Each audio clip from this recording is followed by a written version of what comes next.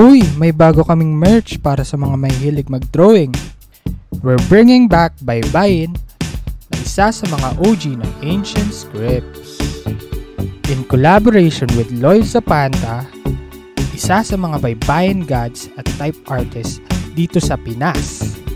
Pagsuot mo to, parang nagiging kapartner mo na ang kasaysayan. Make your ancestors proud. I-represent ang atin pero make it aesthetic. Makabayan pero drip. Meron itong 2 colorways, black and white shirt. Available na ito sa Shopee para kaya mo na bumili at the palm of your hands. Dahil dito sa Di Na To Drawing, ang drawing lang ay para sa papel, hindi sa plano.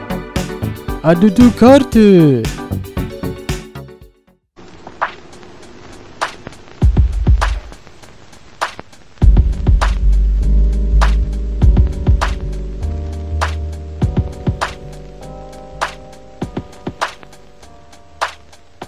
Hi, I'm Allen and welcome to Di Na To Drawing Podcast, episode 46. And today, pupunta tayo sa realm of motion graphics concerning abstract art. Sobrang solid to. Sobrang solid na naman yung pag-uusapan natin kasi pupunta tayo dito sa mga may hirap na gawin na art. Talagang ako hindi ko rin talaga kaya yung motion graphics Tsaka medyo mabusisi talaga kung paano gawin to. So our guest is a motion graphic artist based in Manila. He does digital animated artwork through projection, mapping, and LED screens. His works has been featured globally at major events such as Crypto Art Week Asia in Singapore, Nympha Labs in Italy, Art in the Park, and the recent Art Fair Philippines 2024. Isaiah Cacnio, welcome to the show. Ayun. Hello. Good evening. Ay, ano ba? Kahit anong oras yan. Iba-iba good morning, oras good nila. afternoon. Kahit anong oras. Hello sa lahat ng mga listeners. Finally. Tagal din Finally. Di na siya talaga drawing. Tuloy na. Nagamit din yung term na yun. Oo. Tagal na natin nagpaplano. Last year pa. Last year pa, totoo. Hindi lang talaga parang nagkakatagpo yung sked. Oo, tas parang ang art month talagang magulo, dami nangyayari. Oo, tuloy-tuloy din kasi, grabe. Mm-mm. Parang binusog talaga tayo sa art month Tapos dami mo ring ganap nun Pag-usapan natin mamaya yun sa art month din. Kasi grabe. Parang ilang artworks din yata yung nandun sa'yo sige mamaya pag-usapan natin. Mamaya. Ayun, siguro, si IJ, Isaiah Cacnio. IJ yung tawag namin sa kanya. And, isa siya sa mga tinitingala naming motion graphic artist dito sa Philippines. Kasi, iba yung galaw niya, iba yung gawa niya compared dun sa ibang artist na nakita ko. And dito alamin natin yung kwento kung bakit ganun yung ginagawa niya, bakit yun yung napili niyang medium, bakit ganun yung itsura ng art niya, bakit ganyan. And ayun, siguro sa listeners, pakilala ka muna kung ano yung work mo and yung background mo para alam din ng listeners. Actually, so, onting rough background lang from college days ko. Ang inaral ko talaga is mechanical engineering. So, sobrang layo. Layo, di ba? Motion graphic artist, tapos biglang engineering na siya. But it was my hobby and still is a hobby. Yung pag-edit ng videos, pag-animate. At first, I was a video editor. Mostly by yung gumagawa lang sa orgs, sumali ako sa mga orgs tung college, parang okay, pakigawa yung mga ganitong ads, yung for their event. So, yun yung mostly ginagawa ko. Hanggang sa parang yung mga alumni sa org namin naging part na ng mga companies o graduate sila. Then ako na yung parang, okay, IJ, pwede ka ba sa ganitong project, yung ganito. So hanggang doon, so na-develop yung sa video editing skills ko at the same time na nag-aaral ako. So, so actually may times parang talagang yung may grind and hustle na umaga may quiz ka. Pagdating ng tanghali, pupunta akong Makati kasi may meeting ako with a client. Babalik ako ng 3. Kailangan mga gano'n. Kung vacant ako sa schedule ko ng 4 hours, punta ako Makati, babalik ako, papasok ulit ako ng school. So, grabe yung grind before. Na after ko graduate, nag-took muna ako ng engineering na job. Which is, sabi ko, parang ano pa mga pwedeng trabaho. Hanggang sa may nakita ako sa LinkedIn na tawag nila, exhibit engineer. Yun ang tawag pa before. Pero ang ganda ng tunog. Parang ang ganda ng position. Parang sabi ko, saan ba to? Mag-work daw sa museum under engineering. So, hindi ko pa alam na may museum yun. Then, yun na, parang nag-apply lang ako. Tapos, nag-email sila back na, eto, punta ka dito sa The Mind Museum. Doon ang interview ko. Tapos yung pala, yun na yun. Yun na yun. Parang doon na pala yung work na mangyayari. So, doon naman, na-practice ko yung skills ko sa pagiging mechanical engineer through fabrication. So, kami kasi kaya tinawag kami exhibit engineer. Kami yung nagde-design ng exhibit with the help ng kasi usually yung doon sa mga science museum, ine-explain namin yung science concept through the exhibit. So kami yung gumagawa ng technical, but we have yung tinatawag nila na the mind movers, yung mga science consultants, mga persons sa my museum na very in the field of science. So sila talaga yung nag-ano na, okay, ito, pwede yan concept na yan. Kami bahala yung gumagawa ng materials, okay, ano bang ko-connect sa contractors. But at the same time, may creativity kasi kailangan mong mag-design in a way o mag-create ng exhibit na fun sa mga kids, fun sa mga guests, but at the same time, explaining science. Yung ganun. So, parang okay sa akin yun kasi may times na kailangan mo ng, parang nagamit ko naman yung pag-create ko ng videos, ng animations. May times na need sa exhibit like,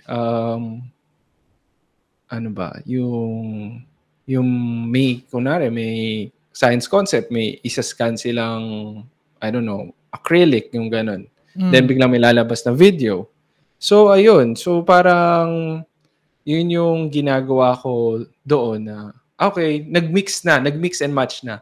Na parang, okay, gagawin ko yung sa playground, yung poste, like kailangan strength nito, yung ganyan. But at the same time, may gagawin pa akong exhibit na related naman sa multimedia, like itong video na to dapat ma-split into 6, yung mga ganon.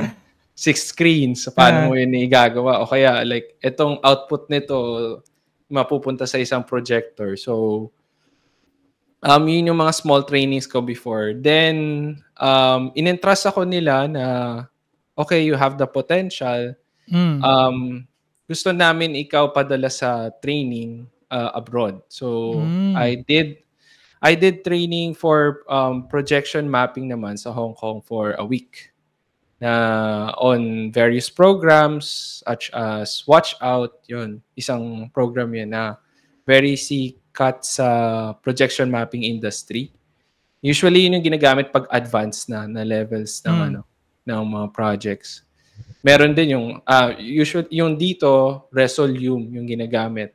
Kasi mas simple. Pero sa under yung mas complex na mga systems, Watch Out talaga. Then, doon ako natuto na parang, okay, kasi ang engineering in terms of thinking, problem solving siya eh. Very rigid, very analytical. Pero pagdating sa art naman, very fluid. Yun yung Ah, napansin ko na ang ganda nga. um, na magkaiba at first. Pero natutunan ko din, going forward, na-develop ko yung skills doon, tuloy-tuloy pa rin paggawa ko ng mga exhibits. Kasama doon yung maintenance. So, Mm. niisip din namin magiging kid-proof dapat yung mga ginagawa namin. Oo Meaning, nga, no? kasi merong mga bata na sinusuntok talaga kung ano yung exhibit. Oo. Oh, O kaya diba? Hindi mo hanapin makontrol nila yun eh. hanapin nila kung saan siya pwede mamatay. Yung ganun. So parang kami, iniisip mo din yun, yung mga ganong instances, no? Na parang, ito. Pero as I develop yung parang, yung concept, yung thinking, pagdating sa engineering, tapos parang iniisip ko yung design, art, parang magkaiba. Doon ko Mm. na-realize sa Mind Museum na ang science and art, combined siya eh. Ah. Hindi na history, pag iniisip mo, Leonardo da Vinci, yung art and science, pwede siya, yung mga principles magko-combine or sa isang person, hindi siya yung parang stereotype na, may stereotype kasi pagka sinasabi nila na magaling ka sa math, mahina ka na sa other things, di ba? Mm. Pagka sa art ka naman, mahina ka sa math. Parang may ganun eh, may ibang person, Yes. Oo. not everyone. Mm. Pero parang ganun na, pero doon sa museum na-realize ko, hindi pala eh. It's combined eh. Mm. So, after noon, sabi ko, there was a time na parang pandemic yun eh, pandemic. After pandemic, mga a year, 2021, nag-decide na ako mag-resign. Mm. Oo. May personal reasons then gusto ko rin may time eh to breathe, to think. Oo. Hanggang sa na-try ko ng mga siguro a few months, sorry, magba-backtrack lang. A few months before that, na-discover ko yung NFTs eh. Oh, dun mo na sa So, pandemic.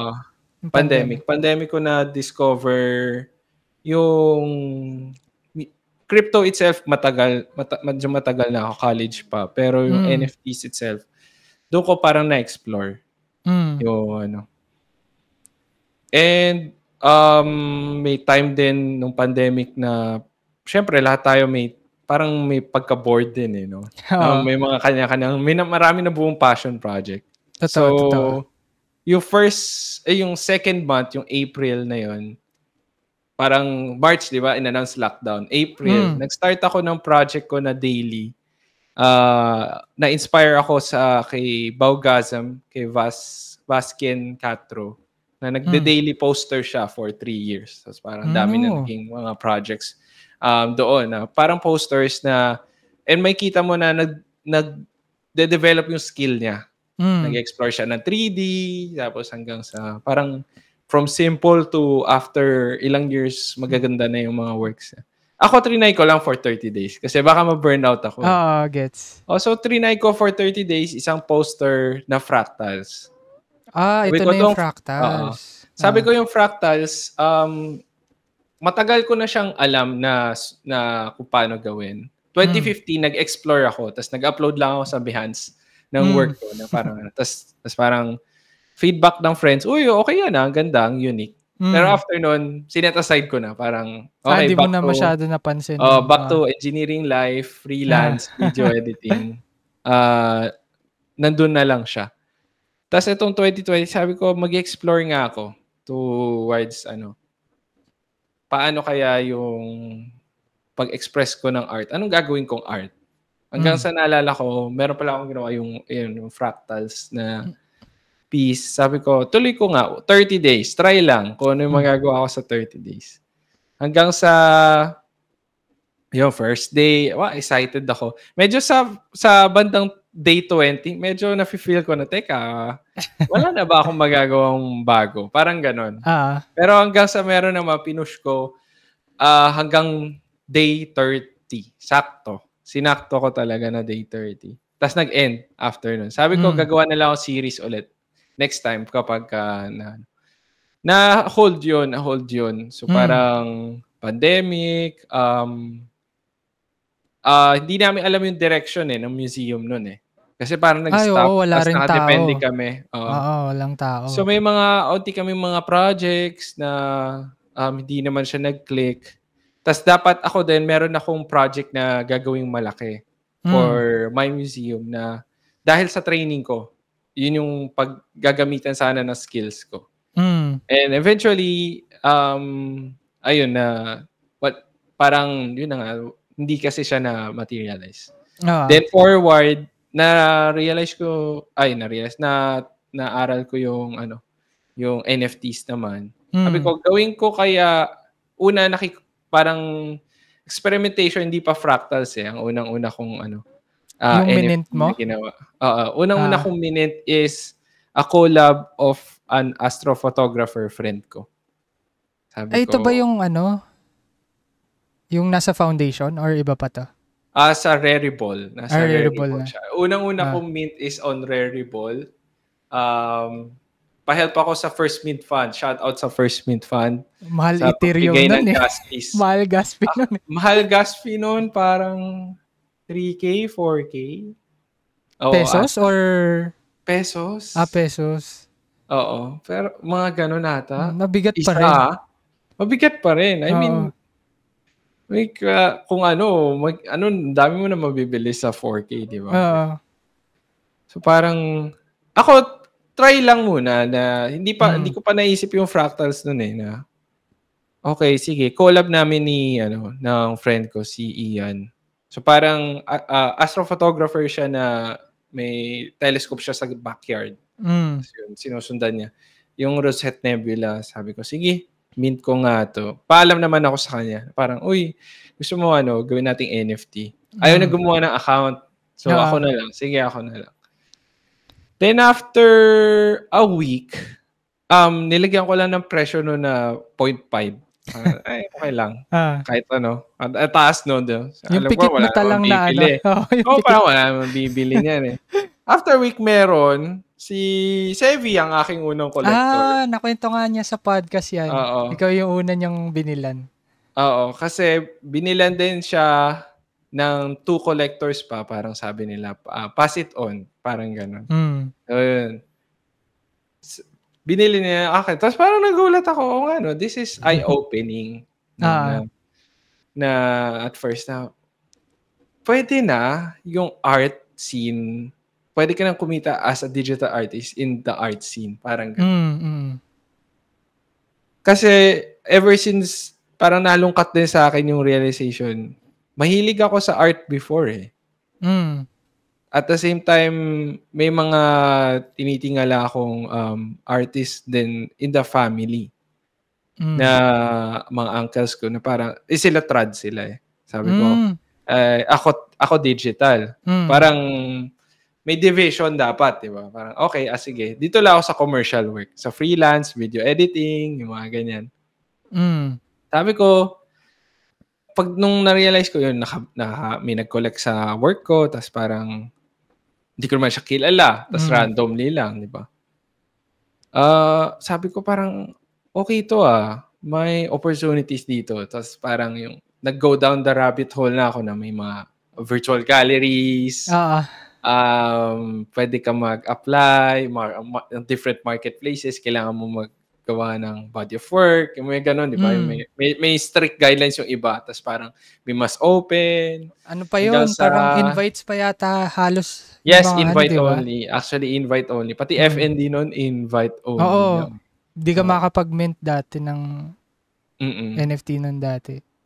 So, parang sabi ko, ang ganda naman nitong space na 'to. Tapos hanggang sa nakilala ko yung ano, yung Crypto Art PH, 'yan na. Hmm, Sabi ko may yung Talyer pa no'n ta's may ano mga 'to barangay around meeting pa. 2021 na 'to 'no? Oo, June 'yan yung mga unang ano na, 2021. June yung mga unang, meetings no'n, eh, alam ko. Oo, Meron na ba nun? Tama ba? Tama parang ba ang yata. aking ano? Basta meron na nun, alam ko meron na nun, eh. May mga karaoke pa nun, 'di ba? Oo, yun. Pero yung mga una talagang barangay meet up lang, parang hello, hi sa Discord. Hmm, Ah, eventually na-realize ko, teka, gawin ko kaya yung mga fractals ko. Series. Yun naman. So, yun naman yung nasimulan ko. Pagdating ng year na yun, July, doon na nag-decide ako mag-resign. Parang, sabi ko, okay, magkaroon ako ng space. Tapos yun, yung July na yun, afterwards nun, ano na lang ako for my income sa sarili ko, yung daily ko. Mga video editing gigs. Mga yun, sa iba-ibang projects. Tapos meron ding company na kumuha sa akin for informative videos na about crypto. So ako din ganda nung niche mo, nakuha mo agad doon sa so parang gano'n na crypto na nga, tas parang ako din na okay, natututunan ko din kung ano yung mga topics na binibigay nila. Yun lang, wala na yung ngayon, yung channel nila, dinilit nila. Sayang nga Hindi nila Pero na-sustain. actually, ka-copy pa ako ng mga files. Hindi nila na-sustain yung channel na yun. Tapos eventually yun, nakapag-mint ako ng fractals ko, first fractal series ko na 3. Sa foundation na to? Foundation na. Yung name mo, Motioneer na nun, bago ka pa Yes, actually before pa Una, bala ko gamitin Motioneer. Motioneer talaga. Motioneer talaga. Ever since nag-freelance pa ako, meron na akong ganung alias na Motioneer. Hindi ko siya ginagamit na, hi, I'm Motioneer. Mostly, parang sa lang, ginagamit ko lang siya dati sa video materials, sa art account ko. Art account na Motioneer.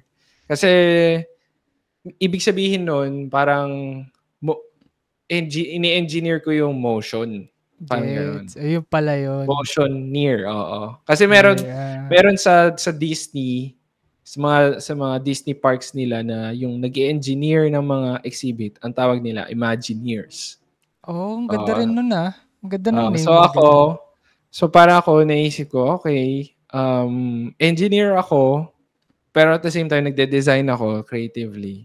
And mostly animation yung ginagawa ko. So, kaya sinabi ko, okay, pwede naman, Motioneer. Ang ganda. Motioneer yung ginawa ko. Ganda ng name. Ang hirap kasi, kunwari, medyo baduy ako lang yung kasi, name mo. Bakit ako nag-rebrand to Isaiah? Siguro kasi, medyo minsan ngayon nag-cringe ako. Ang hirap kasi bigkasin. Yung Isaiah. For me, yung Motioneer. Motioneer. Oo. Kaya sabi ko, oo nga, medyo Tapos para kasi, ang hirap as a person na ngayon na nag-dive tayo sa real life events. Oo. Tapos Motioneer pa rin yung tawag sa akin. Kaya nisip ko, Isaiah na lang. Yung mismong name ko. Pero maganda pa rin na put mo sa map yung name mo kahit Motioneer yung ibang nakakilala sa'yo pero connected na talaga siguro siya. Yung transition transition from the crypto world, nagpalit kagad ako ng name nung nagre-real life events na tayo. Yung dati pala, yung motion graphics na ginagawa mo, abstract na siya. Or nakita ko nung 3D pa yung mga ginagawa mo na elements. Tapos, hindi pa yung katulad sa ngayon na ginagawa mo. Actually, yung mga ginagawa ko before, ang special, yung nagsispecialize talaga ako sa flat design. Kasi nauso yan mga 2013. Nung lumabas yung unang refresh ng iOS, flat siya. Tapos si Google nag-rebrand ng material design, flat din. Kaya parang, okay, flat. Kasi before nan yung mga glow, alam mo yun, di ba? Yung mga jeje style, di ba? Parang sagad mo yung flow, sagad mo yung stroke, sagad mo yung bevel sa Photoshop. Lahat ng layer styles, gagamitin mo lahat. Oo. Tapos bigla naging flat. Kaya yun yung specialty ko. Yun yung gusto ng ng mga orgs. Tapos ako din parang okay din sa akin yung clean na layout. Sa malinis talaga. Naengganyo ako sa mga ganon. Madali din siyang i-animate kasi lang 2D illustrations lang, tapos i-animate mo sa After Effects. Very easy. Then, nag-explore ako sa 3D nung nagkaroon kami ng mga bigger events sa org. Doon na yun na parang, tas papunta na yan sa abstract art. Papunta na siya sa abstract art na hindi naman kasi yung mga conferences parang hindi naman kailangan saktong ito yung illustrations. Parang okay lang kahit aesthetic lang yung yung abstract work. Then, tas na-explore ko yung fractals na abstract art. Di talaga siya walang sense actually yung mga fractals na ginagawa ko. It's more of, it's based on math pa rin. So, ang fractals are, kung sa simpleng term, pattern siya na infinite. Yun eh. Parang narinig ko nga yan sa space complex. Dati. Oo. So, parang yung minsan nga may golden ratio na, alam mo yung parang dugtong-dugtong, tas parang pag zoom in mo, parehas pa rin yung pattern. So, ganun yung fractal. Yung sa akin lang, it's in 3D form. Yung akin. Parang X plus Y plus Z. Parang ganun. Yun yung simpleng na may Z-axis kasi. Kaya nagiging 3D siya. And, ang fractals, may kita mo siya sa design ng nature, ng buhay. Kaya minsan yung fractals ko, may texture ng stone. Isa yun. Or kaya blood vessels. O kaya muscles mo, parang gano'n. Yung strands ng muscles mo. O kaya may kita mo siya sa deep sea. Yun yung pattern ng mga ridges. So, para siyang surreal. Yun, surreal yung effect na feeling mo nakita mo na, pero at the same time, parang hindi. Parang hindi pa. Parang, bakit siya, parang bato pero kulay violet. Yung mga ganun. Pero doon na tayo sa topic sa abstract art. Ano ba yung definition mo of abstract art na Kamusta mga mahihilig mag-drawing? Andito na ang pinaka-inaabangang merch ng Di Na To Drawing. Saktong-sakto ito para malaman mo kung drawing talaga yung tropa mo. Kasama si Kenzero Art na isang artist at TikTok superstar, siya ang kakulab natin sa design ng pangmalakasang shirt. Meron tayong beige white at emerald green, syempre para may choices kayo. Available na ito sa Shopee para talaga sa mga mahihilig mag-drawing, including you. Kada quarter pala ng taon, fingers crossed, pati tuloy ako naging drawing na. Meron tayong artist na i-collab para sa gagawing merch. Dahil dito sa Di Na To Drawing, ang drawing lang ay dapat sa papel, hindi sa plano. Add to cart na. For me yung definition ng abstract for me is something siya na it's on the viewer na ikaw yung maki-interpret. Oo. It's not a black and white thing. Na yun na nagustuhan ko doon eh. Yung pagka-mysterious niya. Na ang dami yung nagsasabi, ay, ano ba itsura nito pagka sa fractal? Mukha siyang ibon, pero mukha siyang ganito. Sa ako, go ahead kung ano yung gusto mo. Parang ganon. Na ang principles kasi ng engineering is eto siya. Ganito talaga, eksakto. But for me, yung pagkakaroon ng abstract work or abstract art, nagkakaroon ka ng freedom eh. For me, parang yung water nagkalat. Parang gano'n. Imbes na nasa container. And it's up to kahit sino kung sino yung mag-interpret nun. And gusto ko kasi every time na nakikita mo yung isang abstract art, minsan iba yung feeling mo eh. Iba yung feeling mo sa nakikita mo siya. Yung gano'n. Oo. Actually, expression. Actually nga nung dati, hindi ko ma-appreciate yung abstract art eh. Lalo nung bata ako. Kumbaga pagka nasa museum ka or kunwari na may mga exhibits kang pupuntahan, isipin mo paano napunta dito yan. Parang in-splash lang na ganito or parang parang mixture of colors lang na ganyan, na gradient na ganyan. And that time, di ko talaga gets Bakit ganun? And bakit minsan sobrang pricey or bakit sobrang ang mahal nito? And ano yung Mm. value niya? Parang ganun. And Well, I think yung oh, value subjective naman yun. subjective Ayun. yung value. Parang ibang ano naman siya, like pwede na siyang kasi Oo. ano lang pangalan niya or yung gallery, pero at the same time yung interpretation doon nagkakatalo usually na iba-iba talaga. Yun yung parang nung bata ako. Kasi pagka pupunta ako ng museum and exhibits, tapos pagka may mga nag-uusap na hindi ko alam kung artist or mga ano. Tapos parang ang daming sinasabi na, ang ganda nung, parang medyo may pa-essence of ano din. Parang essence of a lion, mga ganyan. Pero makita mo parang mga paint lang na in-splash na. Yun yung sinasabi mong ano din, nasa tao din yung tumitingin. Pero nung time na yun talaga sabi ko, anong sense? Parang ganyan. Yun yung una kong na ano nun sa abstract art. Pero ngayon talaga sobrang appreciative na ako kasi ano siya hindi lang siya basta-basta kumbaga aesthetics or parang andyan lang siya or parang walang sense. Kumbaga, sabi mo nga sa tao, pagka ano yung ma-feel niya, ano yung ma-connect niya dun sa art, yun siya Kumbaga, yun yung magiging interpretation niya. And sabi ko, ngayon, mas maganda rin yung abstract art lalo na pag sa mga infrastructures. Ang ganda siya sa aesthetics Parang nagko-complement siya sa vibe ng lugar or ano. Ganon din yung value niya sa akin. Parang, hindi yan mapatutumbasan ng ibang art na ganito Kumbaga, itong abstract art lang yung dyan, yung parang sakto dyan.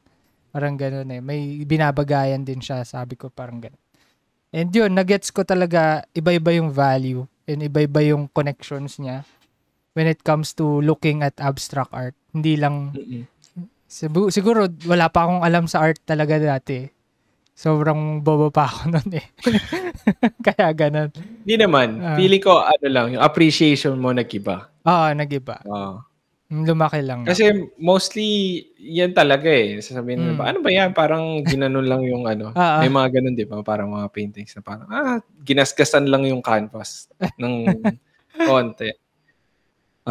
May iba-ibang levels din na parang okay, ito na ano niya. Tas yung pala ang title doon is Magalit Ka. Yung mga gano'n. Di ba? So parang minsan yun pala yung purpose ng artist. So parang nagkakaroon ka ng appreciation. Kaya minsan yung hindi kasi lahat ng bagay like pag tayo naglalakad, nag-o-observe, hindi naman natin tinitignan sila ng direct like ang puno. Hindi naman natin titignan na pag dumaan tayo sa park, ay puno to. Di ba? Parang hindi na literal. Sometimes it's a blur. Yan nakikita natin. And it complements. Minsan ganun din feel ko sa abstract art when it comes to sa mga infrastructures na kaya mukha siyang maganda. Kasi tinitignan mo yung kabuuan Ayun nga. Yung ambience, di lang yung saktong yun. Yung subject mismo, hindi lang subject mismo. Kaya yun din. Pati mga wallpapers, yung mga abstract. Diba? Okay naman. It's a good feel sa phone ko kasi sa wallpaper ko sa laptop or yun, sa desktop mo. Kaya nga. Pero yung una kong art na nakita sa'yo is yung blue na sa Kalawakan. Kalawakan Space-Time. Sabi ko, ang ganda nito Hindi ko pa kayo kilala nun. Wala pa akong kilala nun talaga. Kumbaga sila Tito Jobs lang, sila Francis palang kilala ko. Sabi ko, ang ganda.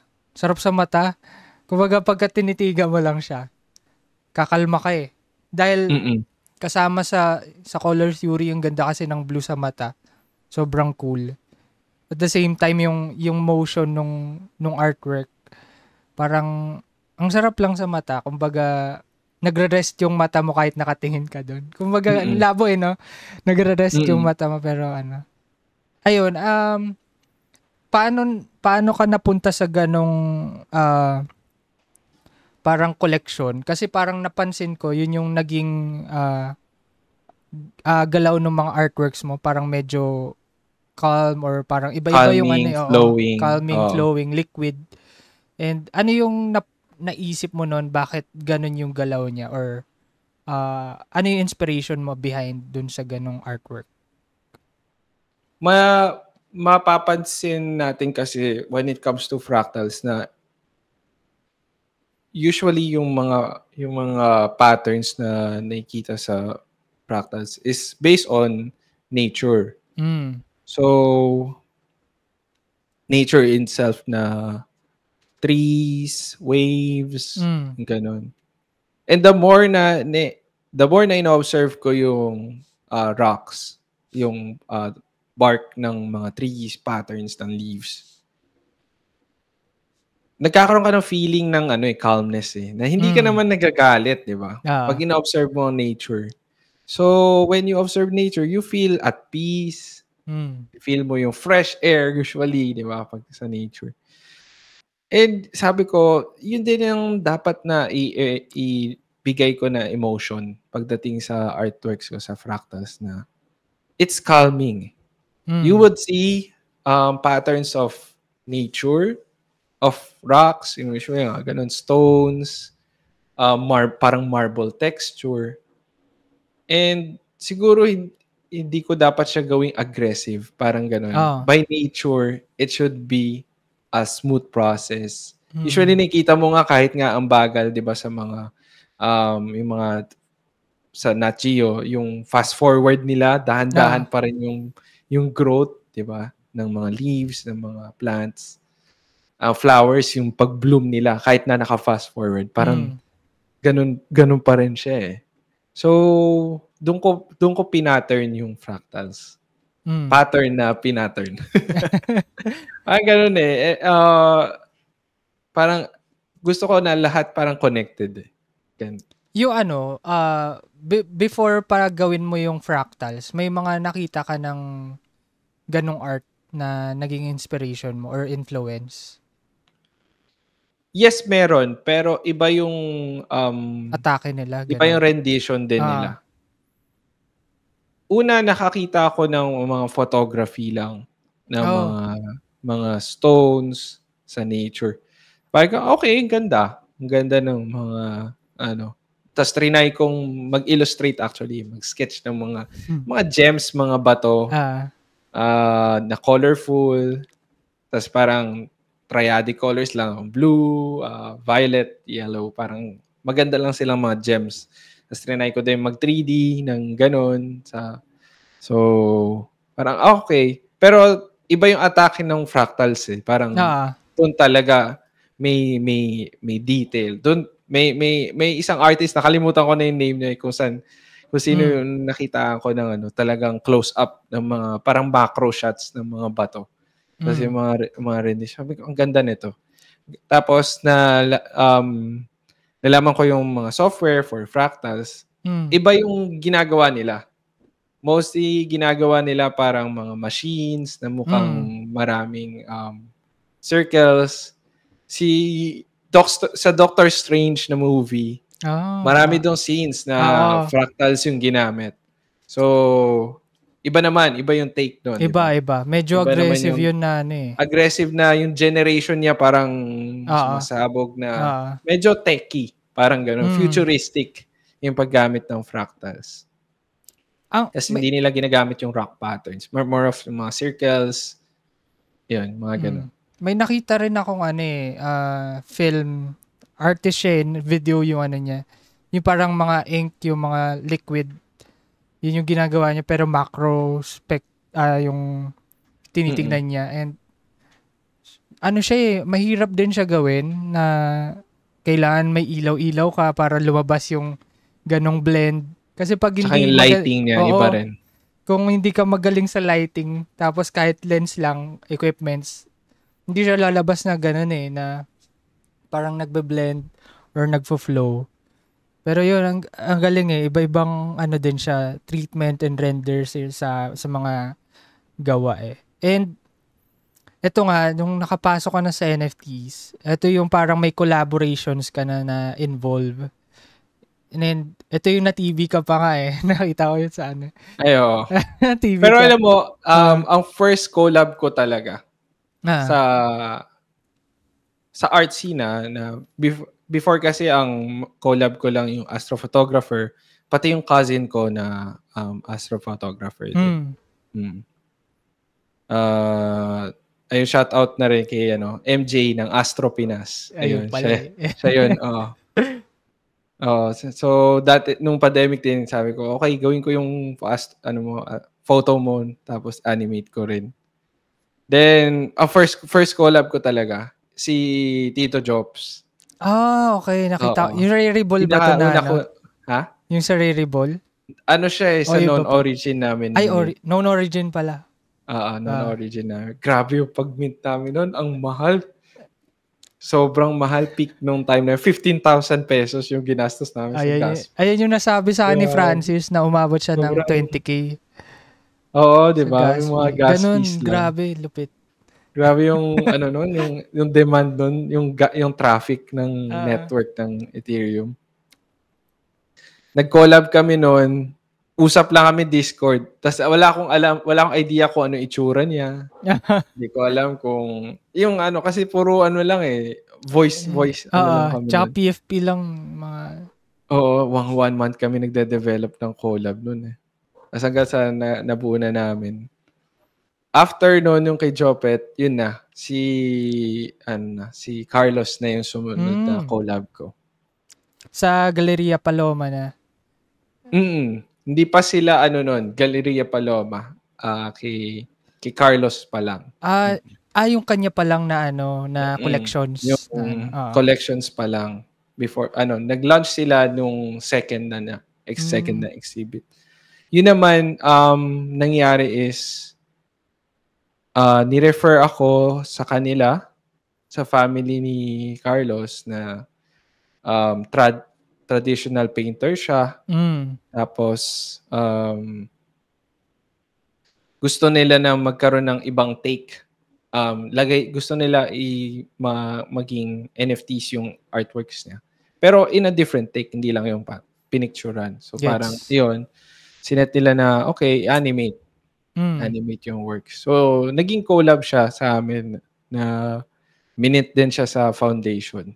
And shout out sa First Mint Fund ulit. sila na nag-help out kay Carlos na mag-mint ng kanyang first NFTs. Then, ginawa namin ng 7 So, after nun, the rest was history na. Tuloy-tuloy na yung mga collabs namin.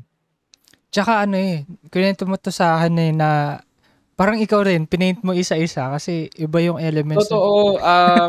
Parang nagkaroon ako ng deeper appreciation sa paintings ni Carlos kasi sino-zoom in ko talaga. Like, pixel by pixel ko siyang chinecheck. And yung pag-animate sa kanya, hindi kasi filter. Yung parang, gumawa lang, pinatong, tapos gumalaw. Ang kagandahan sa kanya, yung style niya is very European na style ni Van Gogh. Parang ganun, may pagkaganon ako naging lead ako ng Van Gogh Alive noong 2019 under sa my museum din. So ako yung gumawa ng technicals, ng mga projectors. Sa engineering job pa yun. Hindi pa siya content. Projection mapping, aligning ng lahat. Meron ko noon 20 projectors. So parang nagkaroon din ako ng observation sa animation ng work ni Van Gogh pagdating doon. So, yun yung in-apply ko na, okay, kailangan ko i-cut to bawat isa. Yung mga wine glass niya, pinakat ko. Kasi alam ko yung nagkaroon ng appreciation na, okay, medyo yung strokes niya pag ganito. So parang, ganito rin yung gagawin kong galaw. Naisip ko pa lang paano mo pinatong-patong Parang i-export mo ba muna PNG tapos tsaka mo didikit-dikit? Hindi, Photoshop file na siya. Okay. Pero kagaya noon, if you fill up, kasi kunwari, may patong, di ba? Pag kinat mo siya, pag nilabas mo, black yan So, pipunuin ko. So, yung mga artworks ni Carlos, yung dagat nun, pinuno ko talaga. Parang isang malaking dagat talaga siya. As yung may railings pa, may trees. Grabe, as in, madugo talaga. Pero sobrang enjoy kasi the moment na nagkaroon na ng reveal na, okay, ito talaga. Hindi, tsaka maganda. Ang ganda talaga. Alam mong parang handcrafted siya Isa-isa ganun yung feels niya. Ganun yung feels Oo. niya. Parang organic na talagang gumagalaw siya. Meron kasi ngayon mga AI na Gets, nag-aano. kita ko Iba yan. pa rin yung feel niya na hindi kasi nila makuha pa yung mga details. Oo. Pero nakakatakot parang, yun nga, sakto. Yun na yung magiging natin next, topic na in the rise of AI. Kasi ngayon parang, yun nga yung mga animation sa AI ngayon. Kahit pa paano, medyo shit pa. Medyo shit pa siya. Hindi pa siya ganun ka advanced. Hindi pa siya ganun ka-intuitive na katulad ng ginagawa mo na by elements. And, ano sa tingin mo yung ano yung masasabi mo sa AI besides sa kunwari yung gawa mo, feed siya sa AI, tapos gumawa sila ng ganung artwork din na nag-animate. Ano sa tingin mo yung may isip mo na ganun? Naging worry ko din yan before nung nagfa-fractals ako Hindi pa nga AI nun Parang pag may gumaya sa akin. Kasi actually, pwede talaga Meron talagang pwedeng gumaya sa ginagawa ko. Naging advice lang sa akin na, ikaw naman yung nauna Ikaw naman yung gumagawa. May record ka pa. Ikaw yung artist. Ako naman, wala akong worry doon. Sige, kung meron man gagawa nung Para sa akin, naging publicity pa siya. Kasi ako yun Yun yung style ko. Tapos parang, okay, nade-develop. Eventually, lalapit din sila sa akin. Yung ganon. Na, oo, pwedeng maging, wala, hindi na natin maiwasan Pwede na maging ganon na gagamitin nila yon At, hindi ako makredit. Yung mga ganon. Kasi, pwede nang generated. But at the same time, iba pa rin yung may appreciation ka sa artist. Isa talaga nililink nila. So, eventually, pwede rin na maging hand in hand na in the same time na ako din, baka minsan need ko na ng help ng AI. Diba? Hindi man ako, against doon sa ganong, sa time na yun. What if maging something na acceptable na siya? Parang gano'n, as a partner. Parang yung photography dati. Or is it maganda siya sa process? Parang gano'n. Is it something na mag-e-enjoy ako? Yun Yun yung part na yun na paggamit. Ngayon, hindi ako nag-e-enjoy sa part na yun. Gusto ko yung traditional way ko. Ito talaga. Parang ito yung, as an artist, ito yung nag-fuel sa akin na, okay, ang ganda nitong yung process. Yung process talaga. Iba pero yung at the same time, kung papalitan ako ng AI, wala, ganun talaga. Pwede kang mapalitan. Pero ikaw, pwede naman kang magkaroon ng new opportunities. Yung ganun. Na pwedeng hindi lang mag-evolve sa fractals. Pwedeng iba-iba pang kinds of art. Baka meron ganun. Kasi usually, ang artist naman nag-e-evolve. Nag-e-evolve talaga siya. So umpisa, ganito muna. And nag-iiba siya ng elements, nagdadagdag. Innovate talaga. And, ito yung parang isa sa mga battles nung sa AI nga na parang nawawala yung soul nung nung yung art. Hindi ko siya matawag na art din talaga kahit gumagawin tao AI. Nagkakaroon lang siya ng parang nagiging art lang siya if talagang binibigyan ng interpretation and value nung artist mismo. Regardless dun sa process na gagawin niya na yung parang nilagay lang niya, generate niya lang yun lang yun. Wala, iba pa rin siya. And may idea ba yung mga listeners, pwede mo bang bigyan ng idea kung gaano katagal gumawa ng isang ng fractals? Kasi alam ko madugo yan Hindi siya madali. 3D pa. Kung static lang, like ito static. Kaya naman yun ng in a day. Kung 3D render, hindi kasi, kasi yung sa akin, hindi siya GPU based. Hindi siya yung kagaya ng Blender na salpakan mo lang ng video card na malakas. Diba? Bilis na mag-render. Siya old school way na CPU based. So matagal talaga yung rendering. And at times kasi dahil based on math siya, um, alam mo yung before sa math na parang pag nag-divide sa zero, o kaya yung nag-cancel out yung mga values, mali yung formula mo, undefined, yung mga ganun. So may ganun ding part sa fractals na, so ang ganda ng artwork mo, no, ni-render mo ng 3 araw. Minsan ganun Grabe. 5 araw, 4 na araw. Pag tingin mo ng mga a few seconds, boom, sumabog. By means na sumabog, biglang naging black na lang. Kaya parang nag-disintegrate lahat. Parang yung submarine na nag-implode. Yung gano'n.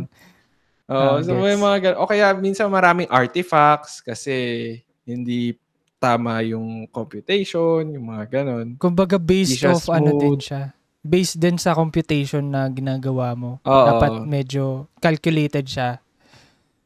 Na kahit paano. Medyo calculated. Titingnan mo lang yung values kung ano. Minsan, ngayon hindi naman ako okay, magka-cancel 0 yan. Visually, pag nakita kong mag-ano na siya sa ganitong value, okay, cut off. Cut off na yung animation. Tsaka usually, ang animation yan is nagsimula ka sa first formula, tas +1, +2, yung mga ganon. Tas nag-iba siya ng onte. Yun yung method sa fractals. It takes days talaga pag animation. So minsan kaya din ako ngayon may mga ginawa kong works na mas mabilis. More of parang layering lang yung animation ko. Kasi yung waves, tas parang pinausog ko, nag-fade, pinausog ko. Like, yun lang yung method. Pero pag yung nakita mo talagang 3D na gumagalaw, yun takes days talaga. Parang kwento mo nga sa akin yun yung process. Sabi ko, grabe. Parang, tapos meron akong dedicated na computer na rendering lang yung pangharabas, no? Oo, yun talaga. Sumisigaw lang siya nagre-render lang siya. Doon lang siya talaga. Kasi pagka gamit mo, ngayon, may nire-render ako. Yung gano'n. Meron siya. Naantay ko lang yan mga bukas pa. Mga gano'n. Kasi pag yung own PC mo yan, masisira talaga siya dun sa Hindi, tsaka wala kang magagawa kasi 100% ng CPU mo yung gagamitin niya. Yung buong RAM na gagamitin niya. More of yung cores CPU cores na maglalag yung computer mo pag ginagamit. Tapos yun lang talaga dapat yung naka-on. Yun lang, no? Oo, para ma-maximize mo yung rendering time. So going to Art Fair Philippines, ang dami mong nito ganap Meron dun sa... Madami. Ang daming ganap Kumbaga, meron yung last sa Crypto Art PH, yung collaboration nyo, yung ikaw din yung nag-AR dun kay Sir Megs. Tapos dun sa Galleria Palo, meron ka rin. May collab din kami. Meron pa dun sa may Ayala Triangle. May 10 days of art pa. So una yung 10 days of art, shout out kay Tito Jopet sa pag-connect doon sa Crypto Art PH pala. Crypto Art PH yung nag-take on the project na parang okay, this is it. Meron kaming digital artist, which is ako, na pwede dyan mag-project. So, nag-pitch lang ako for this place. Sabi ko, okay, pwede naman dito. Kasi last year, yung K-Sky, tumulong din ako na mag-project. Doon, tulong lang na parang, okay, yung setup, ganito. Before this, yun na, talagang sa akin parang na yun, answered prayer sa akin na, ako na talaga, yung gano'n. Parang, noon na din, hindi ako wala pang approval. Parang, okay, pitch, yung gano'n. Sige, pwede namang wala, pwede magkaroon. Pero yun, biglang na-approve. Then, ang render ko pa noon, draft lang. Parang 720p hindi pa yung pwedeng pang malaki na pang project. Pang blowout na. Blow up na. So parang onting, yung render na yung mga 1 day. Yun, 1 day na render. So, sabi ko, okay, na-approve. Yung gano'n. Then, yun na, sabi ko, kailangan na talaga tong careerin. Yung mag-ayos na ng colors, i-define ko na lahat. Para nangyari, yun yung nag-jumpstart sa akin na this is it Parang, this is your big project.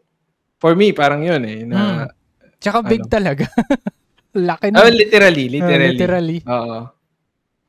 Then sabi ko parang nag full circle na nag-art ako ng fractals, pero bumalik ako sa engineering. Nagtrabaho ako as engineer, nag-train ako sa projections, tapos nagpahinga, nag-art ulit, as ito na, napag-combine ko na lahat ng skills.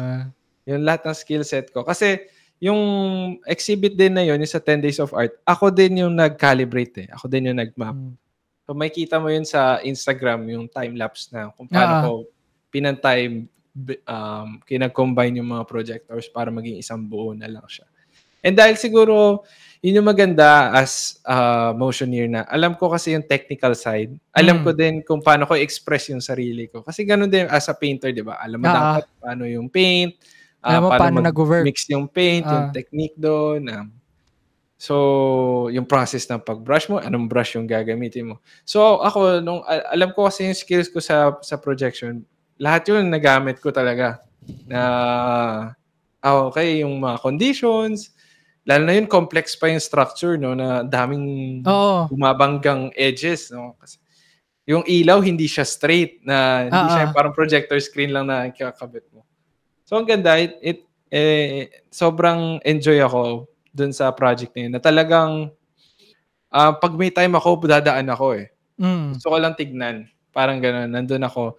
Tapos yun na, makikita mo yung pattern din na calmness. So, nakaka-calming din. Ang daming audience na umuupo lang dun. Nakita ko nga yan, ganda. Sabi nila, nagja-jog daw sila. Tapos parang dito, ito yung nila resting place. Tapos parang ang dami din, yung team ko kasi nagbantay. Sabi, marami nag-comment sa kanila na parang, hindi pa ba to kukunin na Ayala as regular? Bakit hindi na lang to araw-araw nandito? Araw-araw no, na nakalagay. May mga regulars sila na parang bumibisita doon, dumadaan. Yung nun, sorry, gusto ko maging nerd na ilang projector yung nandun, naka-set up na? Para kung technical, 2 lang. Pero kung isipin mo, parang onti lang yun. Dalawang high-end. Kumbaga sa catalog ng, let's say, ng isang company nagpo-provide ng projectors. Ano yung highest end nila, yung pang cinema, yun. Plus, tas gawin mo 2. As in, sobrang init niya. Na parang, pagka nilagay mo yung lens cap na iwan mo, tas naka-on, matutunaw talaga. Lens cap. Ganun kalakas yung light na binubuga. Pero syempre, na yun. Pagdating dun sa surface, hindi na siya mainit. Distributed na yun. Spread out na. Ano yun siya? Kumbaga, pag ganun, nag-start siya anong oras? Tapos anong oras din siya nag-e-end? Usually, nag-start siya ng 5. Sineset up lang lahat. Mga 5:45. Ayan, naka-on na siya. Ako kasi mas gusto ko in terms of projection, if ako yung papahandle ng scheduling, gaya dun sa outdoor, dahan-dahan siya makikita. Habang paggabi, nagre-reveal na siya. So, naka-project na yung ilaw. Mga a few minutes before gumabi. Gets. Tapos tawag dito, nung meron ka pang second sa Art in the Park parang projection sa outdoor. Nakita ko rin yun eh. Hindi yun sa akin. Hindi ba sa'yo yun? Sa Art in the Park? Hindi. Kay John Deniega. Oo. Yun yung artist. Yung may cubes. Hindi, iba. Last year yun. Last year. Actually, yun yung first kong project talaga. Na outdoor. Na projection. Pero kayong kasi, mabilisan yun eh. Talagang, yun naman yung project na parang, nirarush talaga. Yung ganon. Pero sobrang memorable nun sa akin, ng project na yun. Na, mas onti ang realizations ko nung time na yun actually. Kaya, kasi ang bilis ng mga lahat ng pangyayari. Parang, gagawin na ba to? Parang a week before, doon lang siya na-approve. Tapos wala pang projector, wala pang kahit ano. Yung position kung saan ako magpo-project, wala pang final. So parang, tapos may chance pa na like a few days na, matutuloy ba to? Parang ganon. Cancel ba to? Hirap na na. Oo. Pero, ayun, by God's grace, it worked out. Yun yung first ko, Art in the Park. Sa floor naman. Kita ko yun. Ganda And rin. sobrang accident kasi dapat actually sa building kami. Hindi kami pinayagan lang ng tenant. Mga tenants doon na baka daw yung ilaw. Pero di naman tatapat sa ilaw, sa wall lang. Oo. So, dapat doon lang ako sa isang sulok. Hanggang sa, wala na tayong place. Doon na lang sa floor, sa gitna. And naging happy accident siya at first kasi parang nung nag-start na yung projection, lahat ng tao nagdumog. So parang hindi mo makikita yung projection. But at the same time, doon ko na-realize na, interactive to Nagiging interactive yung artwork ko. And iniisip ko nga na abstract, may kanya-kanyang interpretation eh. So sila, ganun din. Parang may patterns ako na circles, tumatalon-talon sila sa paddle, parang kala nila a puddle of colors, parang galing. Yung mga ganun. Hindi ko naisip. Kaya yung mga nagpipicture sila ng kanya-kanya talaga sa projection kasi may bilog eh. Tapos yung shadow nilang mag-couple, shadow sila. So, parang picture frame ng background nila yun.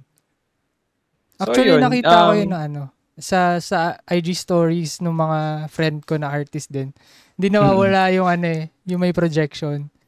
Kanya-kanya sila ng shot. Iba-iba yung iba-iba yung ginagawa. Yung so ako din yun yung first kong time na nakakita ng audience na parang appreciate yung art ko.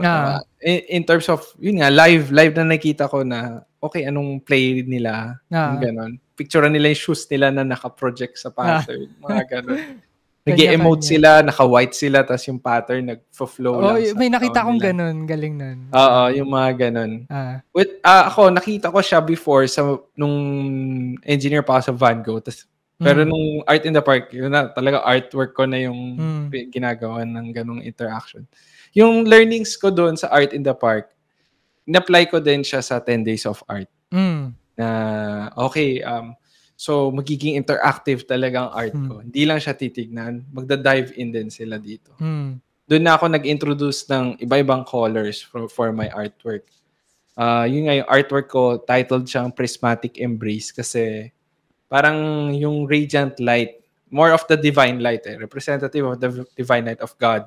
Na itong place na to, dark to sketchy pa nga Minsan, pag walang pero nung nagkaroon na ng projection, nagkaroon ng light, ng meaning, ng color, nakaka-invite ang mga tao, very relaxing. So parang ganun. Yun ang behavior ng light. You're drawn to it. Tsaka tawag dito, yun nga yung sabi ko, parang pwede ka nga sa Coldplay concert Kasi parang yung mga albums nila, tsaka yung visuals kasi nila. Ganun ka-colorful, ganun ka-vibrant. And iba yung nabibigay niyang emotion connection dun sa art. Sabi ko pwede to si sana kunin no. Oo, kaya mga local artists.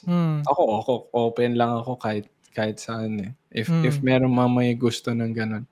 Yung visuals kasi, yung iba ang description nila sa work ko trippy.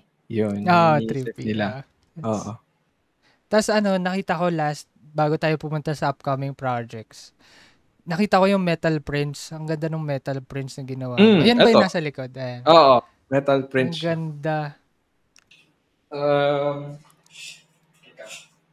Matalim lang siya So, parang ayan, ang ganda talaga. Ayan. Glossy yung finish niya. So ito, unreleased na artwork. Oh, wow. Ayan. Oo, wala pa to sa public actually. So hindi pa siya napopost. Popost ko na lang pagkalabas ng podcast. So yung yung pinost mo na yung mga one of one, wala talaga yon. Unreleased yung mga yan. Or yan lang. Paanong yung one of one na pinost mo sa yung sa Art in the Park. Yes, unreleased. Well, doon na-release na sila doon sa the park. Like, nakita na siya ngayon. For this year's Art in the Park, maraming salamat sa Paloma for giving me an opportunity to exhibit my work doon. Which is, it's the actually it's the second time eh. Mm. The second time na nakapag-exhibit ako ng metal prints. The first time was last week at the auction, sa auction ng Gallery of Giving Oo nga, ng meron Galleria pa pala. Paloma and Oo. Artist Space. So doon nag-release ako ng 3 metal print na it's for a cause. So it will go to students na in need yon. So at yun, parang you can actually visit yung exhibit na yun. It would end on April pa. So yun, Haba pa. makakahabol pa lahat. Katabi ng artwork ko yung kay Jopet. Ang cute nga, para kasi palagi magkapit-bahay, ganun.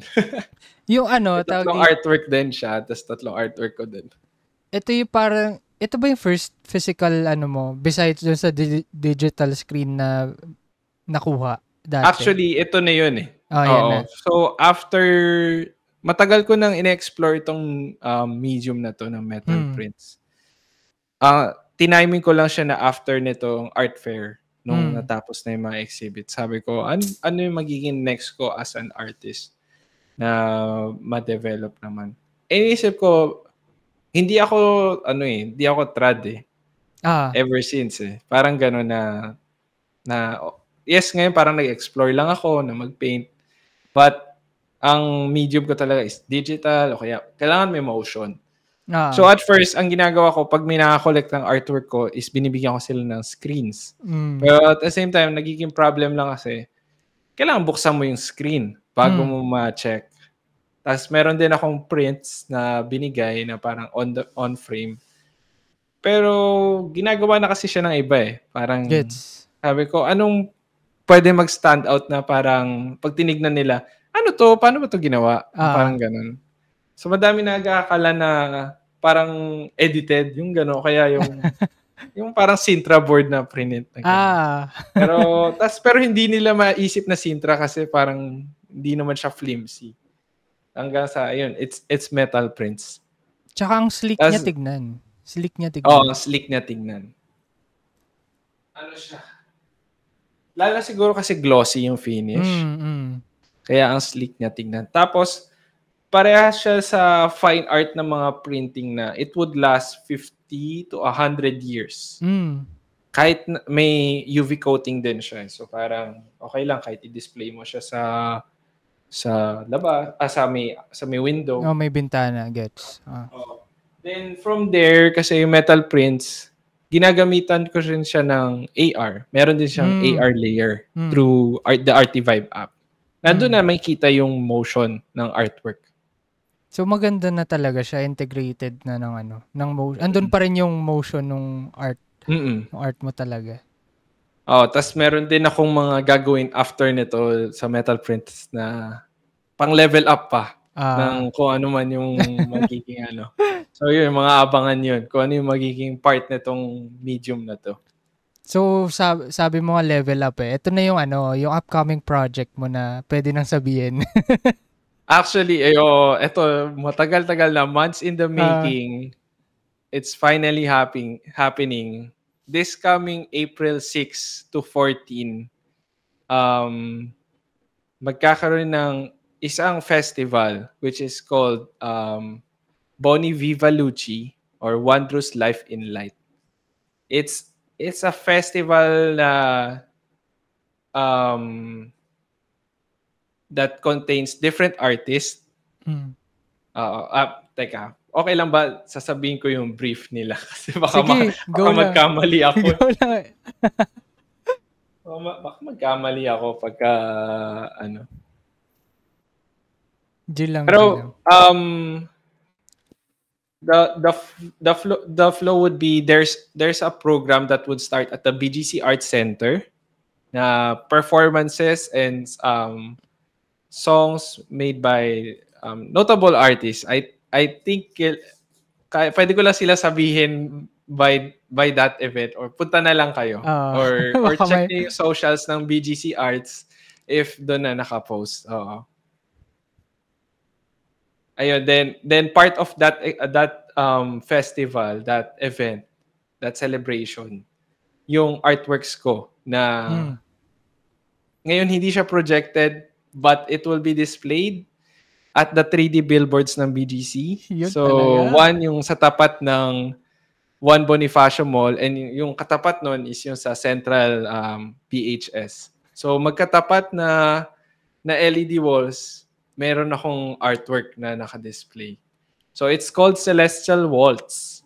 So, dito na papasok. Dati kasi nag-explore ako about flowers.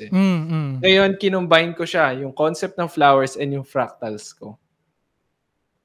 So, makikita nyo giant patterns of flowers na sumasayaw at nag-interact sila, yung dalawang LED screens. Yung artworks doon nag-interact na, as in, parang sumasayaw sila. No? Na nagpapalit-palitan na, okay, dito ako, mapupunta naman siya sa kabilang side.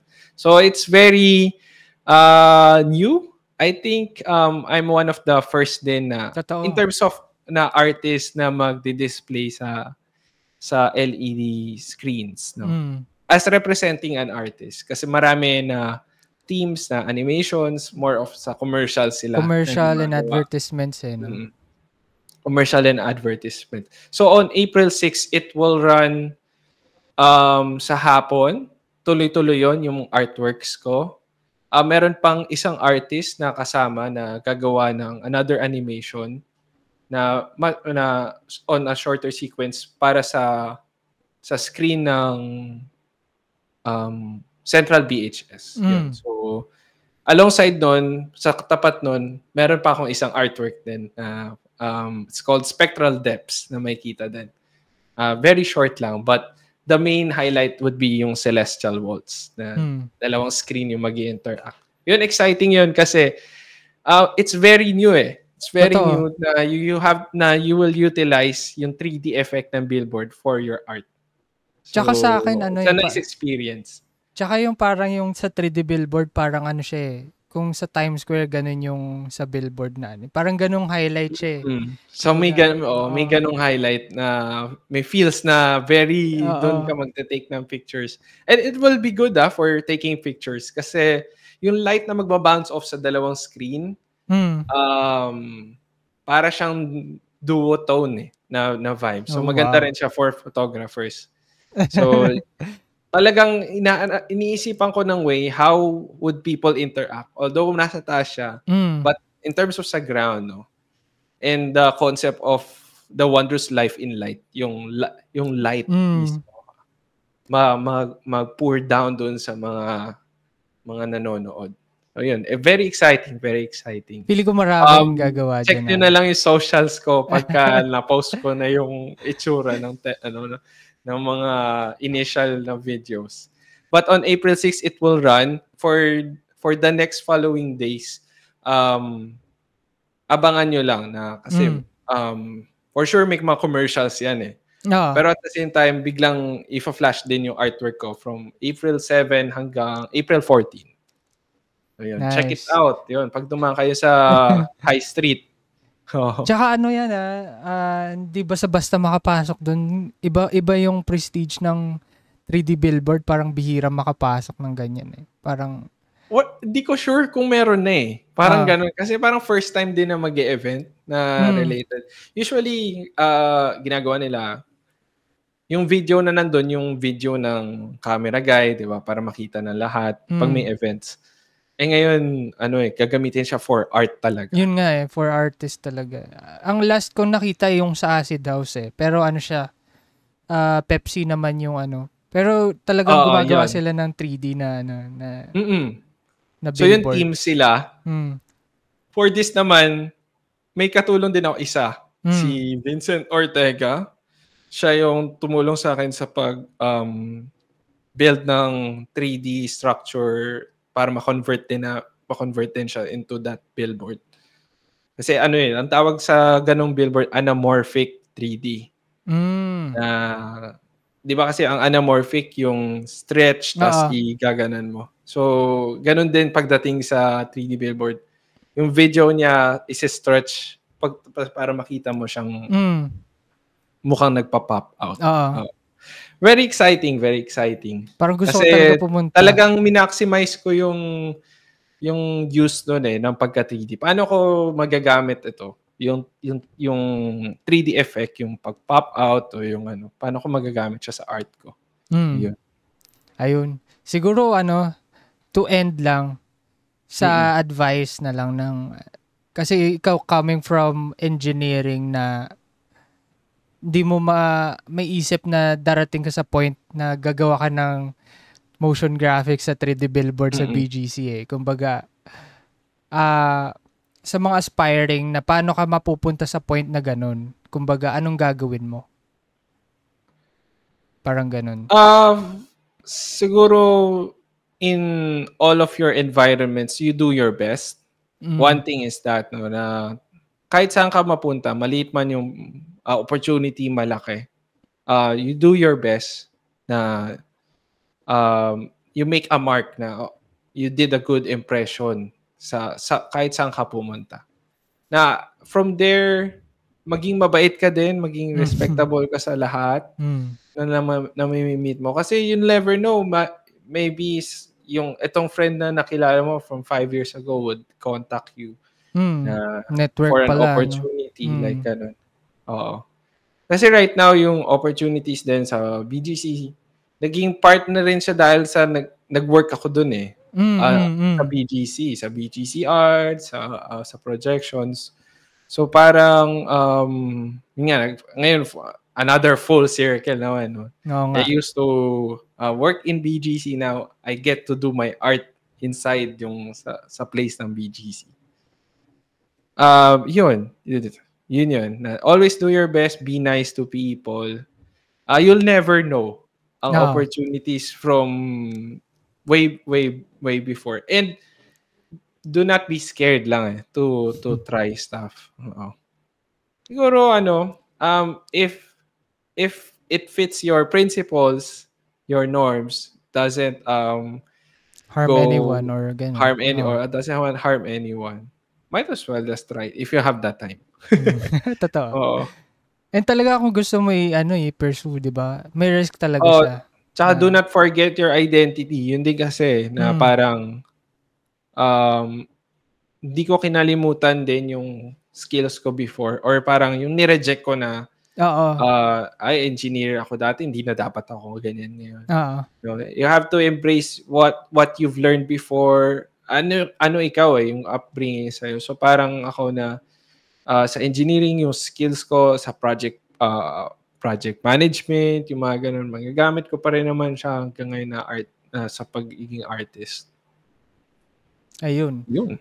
Yun. Salamat IJ sa pag-guest dito sa Di Na To Drawing Podcast. Pero last pala, anything you want to promote besides dun sa BGC 3D billboard?